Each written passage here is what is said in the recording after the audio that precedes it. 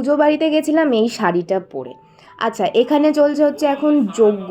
আর আগের ভিডিওতে আমি তোমাদেরকে বলেছিলাম আমার অসুচের কারণ, তারপরে আমার সাথে যেই যেই ঘটনাগুলো ঘটেছে জন্মাষ্টমীতে বা আজকে এই নারায়ণ পুজোতে, সেগুলোই তোমাদের সাথে আমি শেয়ার করেছি। দেখো, আমি মনে করি যে সোশ্যাল মিডিয়া প্ল্যাটফর্মে যখন এসেছি তখন আমার সাথে যা হচ্ছে সেগুলোই আমি তোমাদের সামনে তুলে ধরবো। তাই মিথ্যে কোনো কিছুই বলিনি, সত্যিই তোমাদেরকে বলেছি। হয়তো অনেকের খারাপ লাগবে, অনেকের ভালো লাগবে, সবটা নিয়েই হয়তো আমাকে চলতে হবে। যাই হোক, এখানে পুজো কমপ্লিট। এখানে সিন্নি, ফার্স্ট টাইম আমি সিন্নি মেখেছি। চলো, লাঞ্চে আজকে ছিল হচ্ছে ভাত, এখানে ফুলকপি আলুর একটা তরকারি ছিল, ঝুরি আলু ভাজা, চাটনি আর শুক্তো আর পাঁপড় ছিল।